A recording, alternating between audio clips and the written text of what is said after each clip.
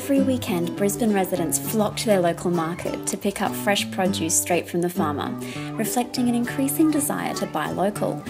This conscious effort to support small growers and know more about the food we're eating is part of a growing food sovereignty movement across Australia. Simply put, food sovereignty is about connecting farmers directly to consumers, asserting the right to have access to nutritious food that has been sustainably produced, and the movement is gaining worldwide momentum. For although food security has traditionally been seen as the answer to global hunger, academics and policymakers alike have realised that having enough food doesn't necessarily ensure a healthy population, with multiple issues erupting in countries struggling to feed their people.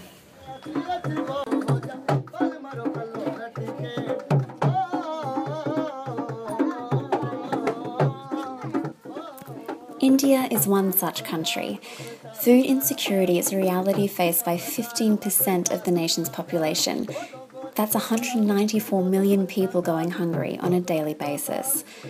The challenge of ensuring food security for every individual has been a priority of national policy for years, and things have slowly been improving. From 47 at the time of Indian independence to about 67, India was not self-sufficient in food. After Green Revolution, it began to change. And when Green Revolution became successful, then India slowly was moving towards self-sufficiency in food. And today you can say that India is 100% self-sufficient. It doesn't have to depend on any other country. The Green Revolution of the 50s and 60s saw the development of large-scale chemical agriculture across India, particularly the mass cultivation of wheat and rice, two government-subsidised crops which helped alleviate the country's hunger crisis, or at least its visible one. And what we are doing right now, we have surplus food, some of the items, and we are just exporting them. But remember, that doesn't mean that everyone is getting food. But as India becomes more self-sufficient in agriculture, the challenge of producing enough food is overtaken by the challenge of producing food with nutritional value. You know, if you have a big jump, say 10 times more crop you get from your land, right? It's a good news. You can help many people. But the other side is this. Many critics, many writers say that what they get is not good enough. Lack of nutrition, lack of vitamin, lack of protein, lack of carbohydrates, all kinds of arguments you see. With farmers choosing to grow grains over other more nutrient-dense foods, the prices of other diet staples such as pulses and onions are experiencing 5-year highs in some parts of the country.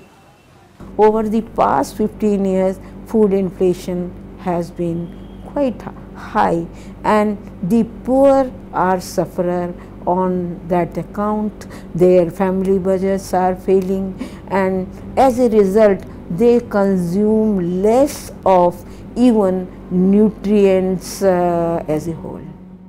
India now faces a new threat, a hidden hunger caused by malnourishment, particularly a lack of protein. Foods such as pulses, seeds and dairy are common sources of protein in Indian diets. However, access to these products can be limited depending where you are and your economic status. In a city like Delhi, home to over 18 million people, delivering enough nutrient-rich food to the population proves a near impossible task. With food prices increasing, it's the city's poor that are first to suffer. In an attempt to control food prices and mitigate inflation, the city government runs 3 wholesale vegetable markets. Okla Mandi is the second largest, with 10 acres of warehouses selling fresh produce. However, the sting of rising food prices, especially the rising price of onions, is felt here too. Anil Bhardwaj is a manager at the market and blames food shortages in surrounding regions for the spike. ऐसा है जब माल नहीं होता पीछे से तो इसीलिए stock पर माल रेट जो है टाइट हो जाता है पीछे से आमदनी कम होने पे Although he says his business hasn't been affected, as most people can still afford onion and other vegetables and pulses at their current prices, there are serious implications for lower income shoppers who can't afford to keep up with inflation. And what about the impact on the farmers themselves? Does the act of buying increasingly expensive produce benefit the growers in any way? As a food self-sufficient nation, are India's farmers empowered or controlled by the market? Well, that depends. Food sovereignty is expanding, and stores supporting sustainable agriculture and the rights of peasant farmers are popping up in Delhi.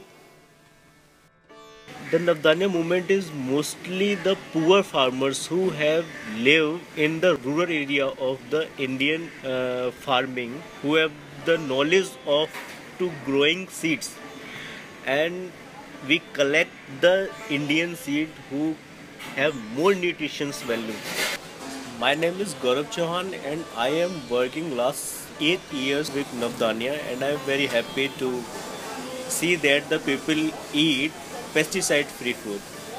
Navdanya is an organisation guided by the principles of food sovereignty.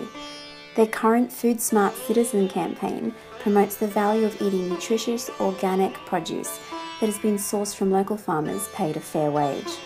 In India, crops grown up in only one time.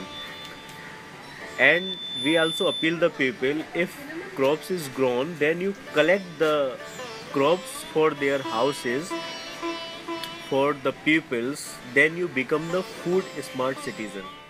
Places like Navdanya are building a demand for sustainably farmed produce in the city. But when travelling to the fields and homes of Delhi's own urban farmers, it becomes clear that not all growers can afford to invest in organic farming methods. Near the river, you see the land, they are being occupied by many unauthorized people. They are not supposed to be there. It's not their land. The land belongs to the state. But I think they are a lot of people who really are deprived of many benefits from the state. They have nowhere to go, and this is the only way that they can earn some money, and they don't want it to see this stopped by some means by the state. I'm here at the Yamuna riverbank, standing in the middle of a small-scale farm that appears to be growing a variety of small crops such as cabbage and even chilies. The owners of this particular farm didn't want to be filmed, fearing they would expose themselves to authorities. One woman agreed to talk, but was careful not to divulge too much. और कितने सालों से हो रहा है आपका ये काम? वो करीब हो गई 10 साल तो होने आने। अच्छा, और आप यहीं के रहने वाले हैं? हाँ, यहीं के रहने वाले। दिल्ली के? हाँ जी। और आप यहाँ पे जो खेती बाड़ी वाला काम करें, इसकी वजह से आपको कोई दिक्कतें आती हैं? नहीं, सब ठीक है? हाँ, सरकार की तरफ से आपको सब चीज़ मिल रही है? कुछ चीज़ आपने मांगी या फिर कोई दिक्कत और पानी की, बिजली की या कुछ? नहीं, अब तो अपने अंजल खुद का है, वो रंग उसको कर रहे हैं। So they're very scared. They're afraid of outsiders. There are many problems there. Many people have questioned the quality of land there. Many people have said that this toxic material should not be used for producing crops. So there are many questions. They're too scared. People are talking about it and they want to stop it. Images from inside the camp, where filming was prohibited, reveal the dire circumstance of Delhi's river farmers. They are aware that intensively relying on chemical fertilisers and pesticides damages the soil, pollutes the river, and contaminates the crops. They say they would prefer to use different methods. But when livelihoods are under threat, short-term financial gains outweigh any long-term benefits of sustainable farming. This reflects the broader issue facing Indian agriculture. Why diversify your crops or invest in sustainable methods when growing wheat and rice ensures a steady income thanks to the government's long-held scheme of stockpiling these grains to sell to the country's poor? We should go towards a kind of crop diversification situation when we should replace paddy with some other crops but farmers are in general not interested in alternative crops due to their economics. Because rice and wheat are assured crops in terms of productivity, in terms of market, so farmers still wishes to grow them despite constraints. Food sovereignty is making progress in India, but it still has a way to go, both in empowering farmers and achieving nutritional security. First, the paradox of being food self-sufficient yet having the world's largest undernourished population must be addressed. In my opinion, quantity matters more at this time, but we have to address to the problem of quality. To give good quality food to an individual, not just rice and wheat, but to also give something that they get protein, they get nutrition, they get carbohydrate. All these things are needed. If you want healthy human being, you need those things. If government provides similar facilities, similar assured market, minimum support price for alternative crops, farmers would come forward to shift area from paddy to alternate crops in Kharif season. So eventually that a day will come when you'll see that no Indian is hungry. At least they'll not complain that they didn't have food. Ellen Carsadine, reporting for UQ in India.